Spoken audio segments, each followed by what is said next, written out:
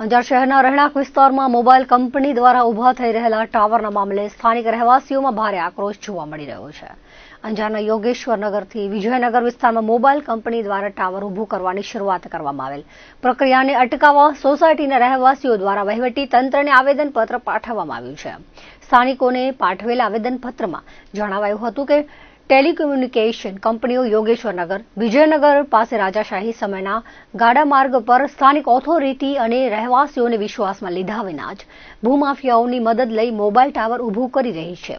આ વિસ્તાર રહેણાંકનો હોવાથી મોબાઈલ ટાવરથી ફેલાવાતા રેડિયેશનથી લોકોને પારાવાર મુશ્કેલીઓ પડશે.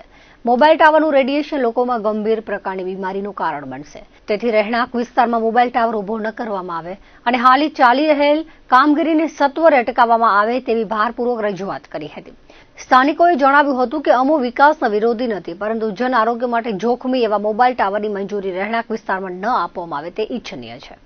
ટેલિકોમ્યુનિકેશનના નામે ટાવર ઊભી કરતી મોબાઈલ ટાવર કંપનીઓ દ્વારા યોગેશ્વર નગર તેમજ વિજયનગર વિસ્તારમાં સ્થાનિક ઓથોરિટીને વિશ્વાસમાં લીધા વિના, ત્યાંના સ્થાનિક રહીશોને વિશ્વાસમાં લીધા વિના ભૂમાફિયાની મદદથી જે જૂનો ગાડા માર્ગ છે એ ગાડા માર્ગ ઉપર ટાવરનું નિર્માણ કાર્ય શરૂ કરેલ, એના વિરોધમાં આજે ત્યાંના સ્થાનિક રહીશોએ અહીં ડેપ્યુટી કલેક્ટરશ્રીને આવેદનપત્ર પાઠવી અને એમનું ધ્યાન દોરેલ છે.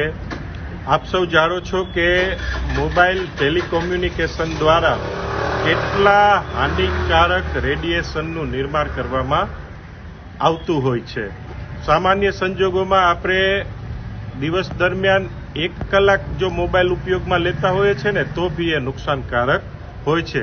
કલેક્ટરશ્રીને અમે જણાવ્યું છે કે અગાઉ પર 7મા અને 8મા મહિનામાં આ દબાણ સંબંધિત કાર્યવાહી અને આ દબાણ સંબંધિત અરજી સ્થાનિક ખેડૂત મિત્ર દ્વારા કરવામાં આવેલી હતી, પરંતુ આ અરજી સંદર્ભ કોઈ પણ પ્રકારની કાર્યવાહી ન કરતા આજે મોબાઈલ કંપનીનું તેમજ સ્થાનિકનું એ કરવા દુષ્પ્રેરણા મળી, એટલે તાત્કાલિક ધોરણે ત્યાં જઈ સ્થાનિકે પંચનામું કરવામાં આવે, કોર્ડિનેટ લેવામાં આવે અને એ કોર્ડિનેટને ટીપર સાથે સરખાવવામાં આવે.